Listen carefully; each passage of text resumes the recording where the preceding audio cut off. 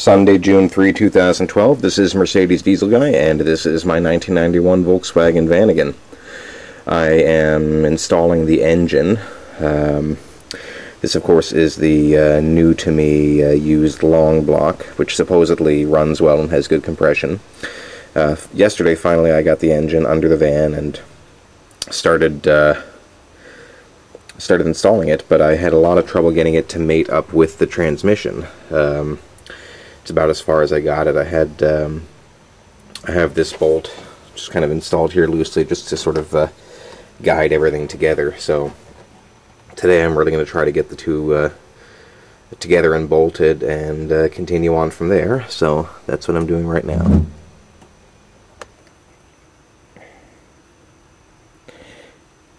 Okay, well, I'm not going to be working too much longer today, but finally got the engine and transmission lined up. They're not bolted together yet, but I'm just about to do that.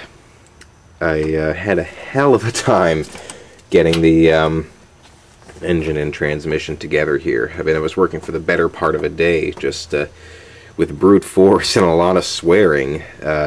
Couldn't figure out why I could not push the engine onto the transmission. So I went inside, updated my Facebook status with a bit of frustration there, which led to a minute later a phone call from my older brother with some helpful advice about the aligning the angle of the engine and transmission. And I actually had already thought of that, as you can see here. I had everything lined up pretty well. But it got me thinking, and I searched the Samba, and I came across some advice. I don't think it was specifically for Vanagon, but more for older VW flat 4s, but here's a bit of helpful advice. I had the transmission in neutral, and I had the parking brake on. Actually, the parking brake was off, but apparently, the best way to do this is to slip the transmission into gear. I don't know why that is, but apparently it has something to do with the input shaft lining up with the clutch and the engine there. So I did that. Put the engine in gear. Put the transmission in gear. Gave the engine another push. Still wouldn't move, and then I realized that since the wheels were locked up, the transmission wasn't going to do much of anything. And I checked and I made sure that the parking brake was off, which it had been. And what I ended up doing was I just ended up kicking the hell out of the wheel until for about a minute, and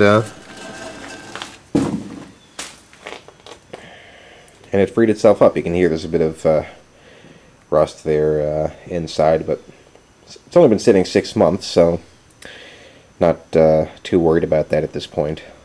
So I'm going to get the engine and transmission bolted together, and then I am going to bolt the engine, lift the engine up, bolt the carrier bar on, and solidify the trans mount, and that'll be where I leave off for today.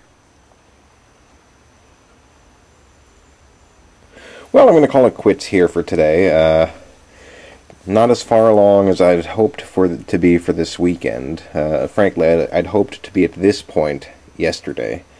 But progress is progress, so I can't complain. The engine is now fully installed and supporting itself. Engine mounts, engine is bolted back to the transmission. Engine mounts are bolted back to the body. Transmission mount is tightened up. So from here, it's really just a matter of reinstalling the intake manifold, alternator, oil cooling tower, power steering pump, cooling system, and all the electrical stuff. So I'm going to continue on with that next weekend. With any luck, by this time next week, it should fire up under its own power. I mean, my predictions have been wrong so far, but so far so good. I mean, even though the job is taking a lot longer than I thought it would, I feel I've done good work. So that's where I am for now.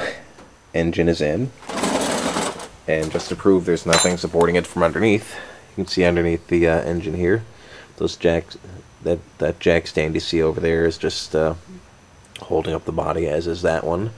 The bottle jack you see there is not actually supporting anything. Neither is that one. So I'll have more for you next week, hopefully. Although I may be delayed in completing the Vanagon because I have to give my wife's car a complete tune-up for a long road trip she's got to take. So if I don't finish this next weekend, it should be the weekend after. Either way, I should be able to drive it this summer. Thanks for watching.